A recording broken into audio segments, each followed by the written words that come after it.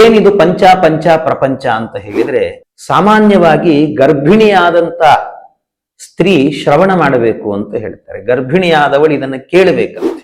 ಹುಟ್ಟಿದ ಮಕ್ಕಳನ್ನೆಲ್ಲ ನಿನಗ್ ಕೊಡ್ತೇನೆ, ಏನ್ ಬೇಕಾದ್ರೂ ಮಾಡ್ಕೊ, ಆದ್ರೆ ಇವಳನ್ನು ಮಾತ್ರ ಕೊಲ್ಲಬೇಡ ಅಂತ ಹೇಳಿದ. ನಾರದ ಮಹರ್ಷಿಗಳು ಬಂದು ಹೇಳಿದ್ರು, ನಿನಗೆ ತಲೆ ಸರಿ ಇಲ್ಲ, ಆ ಮಗುವನ್ನು ಎತ್ತಿ ಬಂಡೆಗೆ ಹೊಡೆದು ಅದನ್ನು ಸಂಹಾರವನ್ನು ಮಾಡ. ಈ ವೃಕ್ಷ ಮಾತ್ರ ವಿಚಿತ್ರ, ಮೇಲೆ ಬೇರಿದೆ ಅಂತೆ, ಕೆಳಗಡೆಯಲ್ಲಿ ಕೊಂಬೆರೆಂಬೆಗಳಿದ್ದಂತೆ. ಕೊಳತು ಹೋದ ಕಸವನ್ನ ಮನೆಯಲ್ಲಿ ಇಟ್ಕೊಳ್ತಾರೆ, ಆದ್ರೆ ದೇಹವನ್ನ 4 ದಿವಸ ಇಟ್ಕೊಳ್ಳಲ್ಲ ಯಾರು. ಮೊದಲು ಮುಗಿಸ್ಬಿಡಿ ಅಂತ ಹೇಳ್ತಾರೆ. ಕೃಷ್ಣಂ ವಂದೇ ಮಂಥಪಾಶಧರಂ ದಿವ್ಯಾರ್ಭಕಾಕೃತಿಂ ಶಿಖಾಬಂಧ ತ್ರಯೋಪೇತಂ ಭೈಷ್ಮೀ ಮಧ್ವಕರಾರ್ಚಿತಂ ಅಭ್ರಮಂ ಭಂಗರಹಿತಂ ಅಜಡಂ ವಿಮಲಂ ಸದಾನಂದ ತೀರ್ಥಮತುಲಂ ಭಜೆ ತಾಪತ್ರಯಾಪಹಂ. ತಪಸ್ವಾಧ್ಯಾಯ ಶುಶ್ರೂಷಾ ಕೃಷ್ಣ ಪೂಜಾ ರತಂ ಮುನಿಂ ವಿಶ್ವೇಶಮಿಷ್ಟದಂ ವಂದೇ ಪರಿವ್ರಾಟ್ ಚಕ್ರವರ್ತಿನಂ. ಭಗವಂತನ ಕೃಷ್ಣಾವತಾರ ಅದು ನಮಗೆಲ್ಲ ತುಂಬ ಹತ್ತಿರವಾದಂತಹ ಅವತಾರ. ಯಾಕೆಂದರೆ ಇವತ್ತಿಗೂ ನಾವು ಸುತ್ತಮುತ್ತಲು ಓಡಾಡುವಾಗ ಇದು ಕೃಷ್ಣ ಓಡಾಡಿದ ಜಾಗ, ಕೃಷ್ಣ ಬೆಳೆದ ಜಾಗ ಅಂತ ಅಲ್ಲಲ್ಲಿ ನಾವು ತೀರ್ಥಯಾತ್ರೆ ಅಂತ ಮಾಡ್ತಾ ಇರ್ತೇವೆ. ಹಾಗಾಗಿ ತುಂಬ ಕೃಷ್ಣನ ಅವನ ಜೊತೆಗಿದ್ದ ಆ ಪ್ರಕೃತಿ ಇವತ್ತಿಗೂ ನಮ್ಮ ಜೊತೆಗೂ ಇದೆ ಅನ್ನುವ ಭಾವ ನಮ್ಮಲ್ಲಿ ಇದೆ. ಹಾಗಾಗಿ ಕೃಷ್ಣ ಅಂದರೆ ತುಂಬ ಹತ್ತಿರದ ರೂಪ ಪರಮಾತ್ಮನದ್ದು. ಆ ರೂಪ ಹತ್ತಿರದ ರೂಪ ಅಷ್ಟೇ ಅಲ್ಲ, ಅದರ ಜೊತೆಗೆ ಮನಸ್ಸಿಗೂ ತುಂಬ ಹತ್ತಿರ ಆಗ್ತಾನು. ಕಾಲದಿಂದ ಮಾತ್ರ ಅಲ್ಲ, ಮನಸ್ಸಿಗೂ ಕೂಡ ತುಂಬ ಹತ್ತಿರವಾಗುವಂಥ ರೂಪ ಅದು ಭಗವಂತನದ್ದು. ಅವನ ಅವತಾರದಿಂದ ಹಿಡಿದು ಎಲ್ಲದರಲ್ಲೂ ಕೂಡ ಒಂದೊಂದು ಸಂದೇಶಗಳನ್ನು ಕೊಡ್ತಾ ಹೋಗ್ತಾನೆ ಪರಮಾತ್ಮ ನಮಗೆ. ಅವನು ಅವತಾರ ಮಾಡುವಾಗ ಭಗವಂತನದ್ದು ನಿಮಗೆಲ್ಲ ಸಾಮಾನ್ಯವಾಗಿ ಕೃಷ್ಣನ ಕಥೆ ಗೊತ್ತಿರುತ್ತೆ. ಪರಮಾತ್ಮನ ಕಥೆಯಲ್ಲಿ ಅದರಲ್ಲಿ ಅಡಗಿದಂಥ ಸಂದೇಶಗಳನ್ನು, ಯಾಕೆಂದ್ರೆ ಇದರ ಬಗ್ಗೆ ಹೇಳುವಾಗ ನಾರಾಯಣ ಪಂಡಿತಾಚಾರ್ಯರು ಲೀಲಾಭಿರ್ ಭಾವಗರ್ಭಾಭಿಹಿ ಜನಮಾನಂದ ಎನ್ಬಭುವು ಅಂತ ಹೇಳ್ತಾರೆ. ಕೃಷ್ಣ ಏನೇನು ಲೀಲೆ ತೋರಿಸಿದ್ದಾನೋ ಅದೆಲ್ಲವೂ ಕೂಡ ಭಾವಪೂರ್ಣವಾದಂಥ ಲೀಲೆ ಅಂತ. ಅದಕ್ಕೆ ನಿದರ್ಶನ ಭಗವಂತ ಅವನು ವಸುದೇವ ದೇವಕಿಯರಲ್ಲಿ ಅವತಾರವನ್ನ ಮಾಡ್ತಾನೆ. ಅದಕ್ಕೆ ಸರಿಯಾಗಿ ಕಂಸನಿಗೆ ವಸುದೇವ ದೇವಕಿಯರ ವಿವಾಹವನ್ನು ಮಾಡಿದಾಗ ಅಲ್ಲಿ ಅವನಿಗೊಂದು ಸೂಚನೆ ಬರುತ್ತೆ, ಆಕಾಶವಾಣಿ ಆಗತ್ತೆ. ನಿನ್ನ ತಂಗಿಯ ಗರ್ಭದಲ್ಲಿ ಅವತರಿಸುವಂತಹ 8ನೇ ಗರ್ಭ ನಿನ್ನ ಮೃತ್ಯು ಆಗತ್ತೆ ಅಂತ ಅವನಿಗೆ ಆಕಾಶವಾಣಿ ಬಂತು. ಆಕಾಶವಾಣಿ ಬಂದದ್ದೇ ತಡ, ಕೂಡ್ಲೆ ಏನು ಮಾಡಿದ, ತನ್ನ ತಂಗಿಯನ್ನೇ ಕೊಲ್ತೇನೆ ಅಂತ ಅನ್ಕೊಂಡ. ಆ ತಂಗಿಯನ್ನ ಕೊಲ್ಲುವೆ ಅಂತ ತಿಳ್ಕೊಂಡು ಅಲ್ಲೇ ಅವಳ ತಲೆ ಮುಡಿಗೆ ಕೈ ಹಾಕಿ ಎಳೆದು ಅವಳನ್ನು ಕೊಲ್ಲಿಕ್ಕೆ ಅಂತ ಹೋದಾಗ ವಸುದೇವ ಬಂದು ತಡೆದು ಹೇಳಿದ, ಒಬ್ಬ ಅಬಲೆ ಸ್ತ್ರೀ ಜೊತೆಗೆ ನಿನ್ನ ತಂಗಿ, ಇಷ್ಟೆಲ್ಲ ಸಂಬಂಧಗಳು ನಿನಗಿದ್ದು, ರಕ್ತ ಸಂಬಂಧ ಇದ್ದು ಅವಳನ್ನು ಕೊಲ್ಲೋದು ಸರಿಯಲ್ಲ ಅಂತ ಅವನಿಗೆ ಸಮಾಧಾನವನ್ನು ಹೇಳಿದ. ಕೇಳಲಿಲ್ಲ. ಕಡೆಗೆ ಒಂದು ಮಾತು ಹೇಳಿದ, ಹುಟ್ಟಿದ ಮಕ್ಕಳನ್ನೆಲ್ಲ ನಿನಗ್ ಕೊಡ್ತೇನೆ, ಏನ್ ಬೇಕಾದ್ರೂ ಮಾಡ್ಕೊ, ಆದ್ರೆ ಇವಳನ್ನು ಮಾತ್ರ ಕೊಲ್ಲಬೇಡ ಅಂತ ಹೇಳಿದ. ಅದಕ್ಕೆ ಒಪ್ಪಿ ಆದ ನಂತರ ಅವನಿಗೆ ಆಯ್ತು. ಕೆಲವು ದಿವಸ ಕಳೆದಂತೆ ಒಂದು ಮಗು ಹುಟ್ಟಿತು. ಮಗು ಹುಟ್ಟಿದ ಕೂಡ್ಲೇನೆ ಆ ಮಗುವನ್ನ ಸಂಹಾರ ಮಾಡ್ತೇನೆ ಅಂತ ಅವನ ಮನಸ್ಸಿಗೂ ಇರಲಿಲ್ಲ. ಆದರೆ ಇವನೇ ವಸುದೇವನೇ ಹೋಗಿ ಏನ್ ಮಾಡಿದ ಅಂದ್ರೆ, ಈ ಮಗುವನ್ನ ಕೊಲ್ತಾನೆ ಇವನ್ ಕಂಸ ಅಂತ ಕೊಡ್ಲಿಕ್ಕೆ ಹೋದ. ಆ ಮಗುವನ್ನ ಕೊಡೋದಕ್ಕೆ ಅಂತ ಹೋದಾಗ ಕಂಸ ಹೇಳ್ತಾನೆ, ಇಲ್ಲ, ನನ್ನನ್ನು ಕೊಲ್ಲುವಂತಹ ಮಗು 8ನೇ ಗರ್ಭ, ಆ 8ನೇ ಗರ್ಭ ಆದ್ರಿಂದ ಇದನ್ನ ಯಾಕೆ ಕೊಡ್ತಾ ಇದ್ದೀ, ಬೇಡ ಅಂತ ಹೇಳಿದ. ಆಯ್ತು ಅಂತ ಆ ಮಗುವನ್ನು ಎತ್ಕೊಂಡು ಹೋದ್ರೆ ಕೂಡ್ಲೆ ನಾರದ ಮಹರ್ಷಿಗಳು ಬರ್ತಾರೆ. ನಾರದ ಮಹರ್ಷಿಗಳು ಬಂದು ಹೇಳಿದ್ರು, ಕಂಸ ನಿನಗೆ ತಲೆ ಸರಿ ಇಲ್ಲ. ಯಾಕೆ ಅಂದ್ರೆ ಇದು ದೇವತೆಗಳ ಮಾತಿದು, ದೇವತೆಗಳು ಆಡಿದಂತಹ ಮಾತೇನಿದೆ ಅದನ್ನ ಹೇಗೆ ಅರ್ಥ ಮಾಡಿಕೊಂಡಿದೆ ನೀನು? 8ನೇ ಗರ್ಭ ನಿನ್ನ ಮೃತ್ಯು ಅಂತ ಹೇಳಿದ್ದಾರೆ, ಅದು ದೇವ ಭಾಷೆ ಯಾರಿಗೆ ಅರ್ಥ ಆಗತ್ತೆ? ಏನ್ ಬೇಕಾದ್ರೂ ಅರ್ಥ ಮಾಡ್ಲಿಕ್ಕೆ ಬರುತ್ತೆ. 8 ಅಂದ್ರೆ ಮೊದಲಿಂದ ಎಣಿಸಿದ್ರೆ ಕೊನೆಯದ್ದು 8, ಕೊನೆಯದ್ರಿಂದ ಎಣಿಸಿದ್ರೆ ಮೊದಲನೇದ್ದು 8, ಮಧ್ಯದಲ್ಲಿ ಎಣಿಸಿದ್ರೆ ಯಾವುದು 8 ಗೊತ್ತಿಲ್ಲ. ಹಾಗಾಗಿ ನಿನ್ನ ಮೃತ್ಯು ಮೊದಲನೇದ್ದು ಕೊನೆಯದ್ದು ಹೇಗೆ ತೀರ್ಮಾನ ಮಾಡಿದಿ ನೀನು ಅಂತ ಕೇಳಿದರು. ಇಷ್ಟು ಹೇಳಿದ ಕೂಡ್ಲೇನೆ ಅವನು ಹೇಳ್ತಾನೆ, ಅಯ್ಯೋ ಇದು ನನ್ನ ತಲೆಗೆ ಹೊಳಿಲಿಲ್ಲಲ್ಲ ಅಂದ. ಅದಕ್ಕೆ ನಾರದರು ಹೇಳಿದ್ರು, ಅದಕ್ಕೆ ನಿನ್ನ ಪೆದ್ದ ಅಂದಿದ್ದು, ಎಚ್ಚರಿಸ್ಲಿಕ್ಕೆ ಬಂದಿದ್ದೇನೆ ಅಂತ ಹೇಳಿದರು. ಆಯ್ತು ಅಂತ ಕೂಡ್ಲೆ ಹೋದ. ಆ ಮಗುವನ್ನ ಇಸ್ಕೊಂಡು ಕಸಗೊಂಡು ಆ ಮಗುವನ್ನ ಎತ್ತಿ ಬಂಡೆಗೆ ಹೊಡೆದು ಅದನ್ನು ಸಂಹಾರವನ್ನು ಮಾಡುತ್ತಾನೆ. ಹೀಗೆ ಒಂದಲ್ಲ ಎರಡಲ್ಲ 6 ಜನ ಮಕ್ಕಳನ್ನ ಸಂಹಾರ ಮಾಡಿದಂತೆ. 6 ಜನ ಮಕ್ಕಳು. 6 ಜನ ಮಕ್ಕಳನ್ನ ಸಂಹಾರ ಮಾಡಿದ ನಂತರ 7ನೇ ಗರ್ಭವಾಗಿ ಶೇಷದೇವರು ಪ್ರವೇಶವನ್ನು ಮಾಡುತ್ತಾರೆ. ಆದರೆ ಭಗವಂತ ಆ ಶೇಷನನ್ನ ಬೆಳಿಲಿಕ್ಕೆ ವ್ಯವಸ್ಥೆ ಏನು ಮಾಡಿದ್ದ ಅಂದ್ರೆ 3 ತಿಂಗಳು ಈ ದೇವಕಿ ದೇವಿಯ ಗರ್ಭದಲ್ಲಿ ವಾಸ, 6 ತಿಂಗಳು ರೋಹಿಣಿ ಗರ್ಭದಲ್ಲಿ ವಾಸ. ಇದು ಹೇಗೆ ಸಾಧ್ಯ? ನಮಗೆ ಸಾಧ್ಯ ಇಲ್ಲ ಇದೆಲ್ಲವೂ ಕೂಡ. ಅಘಟಿತ ಘಟನಾ ಸಾಮರ್ಥ್ಯ ಇರುವಂತ ಪರಮಾತ್ಮನಿಗೆ ಮಾತ್ರ ಸಾಧ್ಯ ಇದೆಲ್ಲವೂ ಕೂಡ. ಯೋಚನೆ ಮಾಡ್ಲಿಕ್ಕೂ ಸಾಧ್ಯ ಇಲ್ಲ. ನಾವು ಹುಟ್ಟಿದ ಮೇಲೆ ಬೆಂಗಳೂರಲ್ಲಿ 10 ವರ್ಷ ಇದ್ವಿ, ಪೂನಾದಲ್ಲಿ 20 ವರ್ಷ ಇದ್ವಿ ಅಂತ ಹೇಳ್ತೇವೆ. ಆದ್ರೆ ಇಲ್ಲಿ ಹಾಗಲ್ಲ.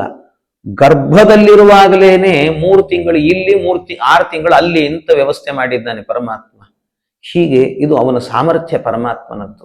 ಅಂತಹ ಸಾಮರ್ಥ್ಯದಿಂದ ಅವಳನ್ನ ಆ ಗರ್ಭವನ್ನ ರೋಹಿಣಿ ಗರ್ಭಕ್ಕೆ ಕಳಿಸಿಕೊಟ್ಟ. ರೋಹಿಣಿ ಗರ್ಭಕ್ಕೆ ಕಳಿಸಿದ ಕೂಡ್ಲೇನೆ ಅನಂತರ ಅದು ಗರ್ಭಸ್ರಾವ ಆಯಿತು ಅಂತ ತಿಳಿದ್ರು. 8ನೇ ಗರ್ಭವಾಗಿ ಭಗವಂತ ಪರಮಾತ್ಮನೇ ಆ ದೇವಕಿಯ ಉದರವನ್ನ ಪ್ರವೇಶ ಮಾಡಿದಾಗ ಬ್ರಹ್ಮಾದಿ ದೇವತೆಗಳೆಲ್ಲರೂ ಕೂಡ ಸ್ತೋತ್ರ ಮಾಡುತ್ತಾರೆ. ಇದನ್ನ ಗರ್ಭಸ್ತುತಿ ಅಂತ ಕರೀತಾರೆ. ಈ ಗರ್ಭಸ್ತುತಿ ಏನಿದೆ ಅಲ್ವಾ, ಇದನ್ನ ಸಾಮಾನ್ಯವಾಗಿ ಗರ್ಭಿಣಿಯಾದಂತ ಸ್ತ್ರೀ ಶ್ರವಣ ಮಾಡಬೇಕು ಅಂತ ಹೇಳ್ತಾರೆ. ಗರ್ಭಿಣಿಯಾದವಳು ಇದನ್ನು ಕೇಳಬೇಕಂತೆ. ಯಾರು ಈ ಗರ್ಭಸ್ತುತಿಯನ್ನು ಶ್ರವಣ ಮಾಡ್ತಾರೆ, ಕೇಳ್ತಾರೆ, ಅವರಿಗೆ ಪ್ರಸವ ವೇದನೆ ಇಲ್ಲದಂತೆ ಭಗವಂತ ಸುಖ ಪ್ರಸವವನ್ನು ಕೊಡ್ತಾನಂತೆ ದೇವರು. ಅದರಿಂದ ಇದನ್ನು ಶ್ರವಣ ಮಾಡಿ ಎಲ್ಲರೂ ಸಾಮಾನ್ಯವಾಗಿ ತಿಳಿದವರಾಗಿದ್ದರೆ ಈ ಗರ್ಭಸ್ತುತಿಯನ್ನ ಕೇಳಿಕೊಂಡು ಅನಂತರದಲ್ಲಿ ಅಂದ್ರೆ ಸಾಮಾನ್ಯ ಗರ್ಭಿಣಿಯಾದಂತಹ ಅವರಿಗೆ ಸೀಮಂತದ ಕಾಲ ಷಷ್ಠೇವ ಅಷ್ಟಮೇ ಮಾಸೆ ಅಂತ ಹೇಳುತ್ತಾರೆ. ಹಾಗೆ 6ನೇ ತಿಂಗಳು ಅಥವಾ 8ನೇ ತಿಂಗಳಲ್ಲಿ ಸೀಮಂತವನ್ನ ಮಾಡುವಾಗ ಪೂರ್ವಭಾವಿಯಾಗಿ 1 ವಾರವೋ ಅಥವಾ 9 ದಿವಸವೋ ಹರಿವಂಶದ ಕಥೆ, ಕೃಷ್ಣನ ಕಥೆ ಇದನ್ನೆಲ್ಲ ಕೇಳುವಂತಹದ್ದು ಒಂದು ರೂಢಿ. ಹಾಗೆ ಈ ಗರ್ಭಸ್ತುತಿಯನ್ನ ಕೇಳಬೇಕು. ಗರ್ಭಸ್ತುತಿಯನ್ನ ಕೇಳಿದರೆ ಅದರಿಂದ ಸುಖಪ್ರಸವ ಎನ್ನುವಂತಹದ್ದು ಲಭ್ಯವಾಗುತ್ತೆ. ಆ ದೃಷ್ಟಿಯಿಂದ ಏನ್ ಹೇಳಿದ್ದಾರೆ ಗರ್ಭಸ್ತುತಿಯಲ್ಲಿ ಅಂದ್ರೆ ಬಹಳ ವಿಸ್ತಾರವಾದದ್ದು. ಒಂದು ಶ್ಲೋಕದ ವರ್ಣನೆಯನ್ನು ಮಾಡುತ್ತೇನೆ. ಭಗವಂತನನ್ನ ಬ್ರಹ್ಮಾದಿ ದೇವತೆಗಳು ಬಂದು ಪರಮಾತ್ಮನನ್ನ ಗರ್ಭದಲ್ಲಿರುವ ದೇವರನ್ನ ಕಂಡು ಕೈಯೆತ್ತಿ ಮುಗಿದು ಒಂದು ಸರ್ತಿ ನಮೋ ನಮಃ ಅಂದ್ರಂತೆ. ಎಂಥ ದೇವರು ನೀನು! ಏಕಾಯನೋಸೌ ದ್ವಿಪಲಸ್ತ್ರಿಮೂಲ ಚತುರಸ ಪಂಚ ಶಿಪಷಡಾತ್ಮ ಸಪ್ತತ್ವಗಷ್ಟ ವಿಟಪೋ ನವಾಕ್ಷಃ ದಶಚ್ಛದಿ ದ್ವಿಖಗೋಹ್ಯಾದಿ ವೃಕ್ಷಃ.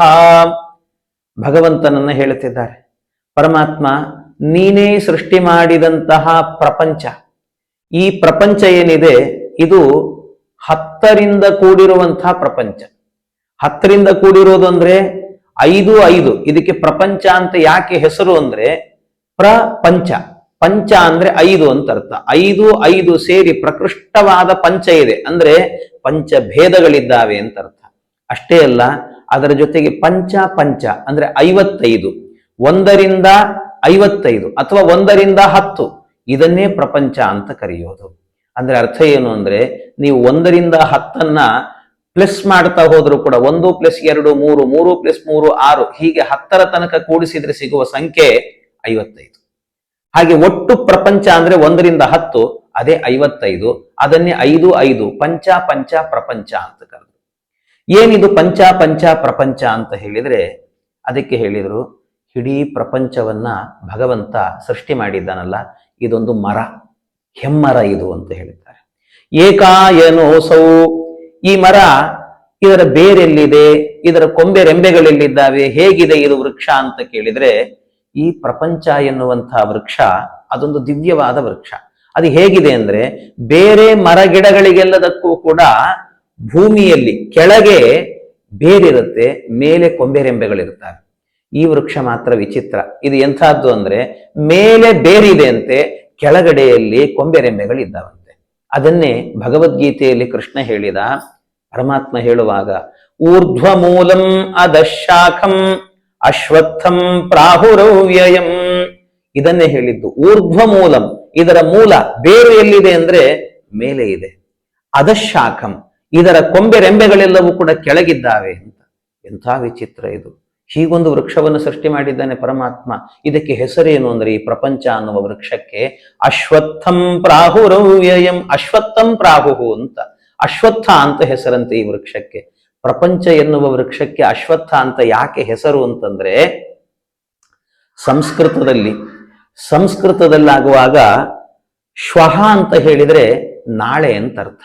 ಶ್ವಹ ಅಂದ್ರೆ ಥ ಅಂದ್ರೆ ಇರುವಂತಹದ್ದು ಅಂತ ಅರ್ಥ.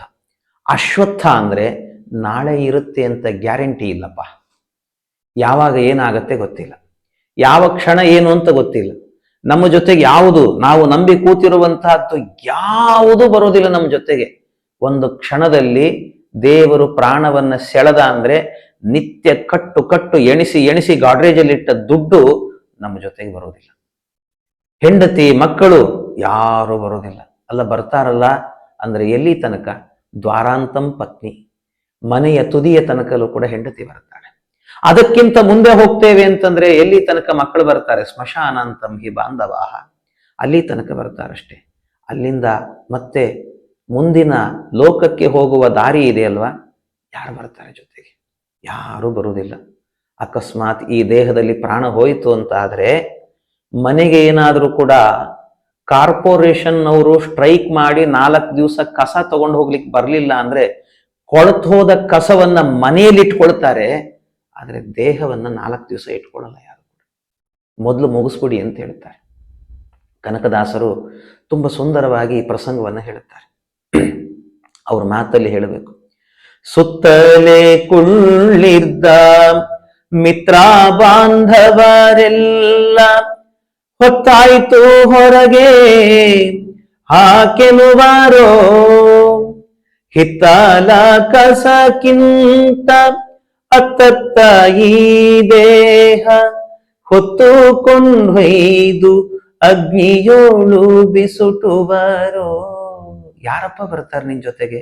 ಕನಕದಾಸರು ಹೇಳ್ತಾರೆ, ಯಾರು ಬರೋದಿಲ್ಲ. ಬರೋದು ಯಾವುದು ಅಂದ್ರೆ ನಾವು ಜೀವನದ ಉದ್ದಕ್ಕೂ ಏನು ಧರ್ಮ ಕರ್ಮಗಳನ್ನು ಮಾಡಿದ್ದೇವೆ, ಏನು ಭಗವಂತನ ನಾಮಸ್ಮರಣೆ ಮಾಡಿದ್ದೇವೆ, ನಾರಾಯಣನ ನಾಮ ನೆರೆ ಬಾಹೋದಲ್ಲದೆ ಯಾರು ಸಂಗಡ ಬಾಹೋರಿಲ್ಲ. ಇದು ಒಂದೇ ಬರುತ್ತಂತೆ. ಅದರಿಂದ ನಿಮ್ಮ ಜೀವನದಲ್ಲಿ ನೆನಪಿಟ್ಟುಕೊಳ್ಳಿ, ಬರುವಂತಹದ್ದು ನಮ್ಮ ಜೊತೆಗೆ ಅಂದ್ರೆ ಭಗವಂತನ ನಾಮಸ್ಮರಣೆ ಮಾತ್ರ. ನಾವೆಲ್ಲ ತಿಳ್ಕೊಂಡಿದ್ದೀವಿ ಸುಖ ಸಂಸಾರ ಅಂತ. ಸಂಸಾರದಲ್ಲಿ ಸುಖ ಇಲ್ಲ ಸ್ವಾಮಿ. ಬಾವಿಗೆ ಬೀಳುವಾಗ ಅಕಸ್ಮಾತ್ ಅವನ ಕೈಗೊಂದು ಹಗ್ಗ ಸಿಕ್ತು. ಆ ಜೇನಿನ ಗೂಡಿನಿಂದ ಜೇನು ಒಂದೊಂದೇ ಹನಿ ಕೆಳಗೆ ಬೀಳ್ತಾ ಇತ್ತು. ಆಹಾ, ಎಷ್ಟು ರುಚಿಯಾಗಿದೆಯಲ್ಲ ಜೇನು ಅಂತ. ನಮ್ಮ ಬಂಧುಗಳೇನೇ ನಮಗೆ ಹಾವಿನಂತೆ ವರ್ತಿಸ್ತಾ ಇರ್ತಾರೆ, ಇದರ ಮಧ್ಯದಲ್ಲಿ ಭಗವಂತ ಆಗಾಗ ಸಂಸಾರದಲ್ಲಿ ಒಂದು ಸಣ್ಣ ಸುಖವನ್ನ ಕೊಡ್ತಾನಂತೆ.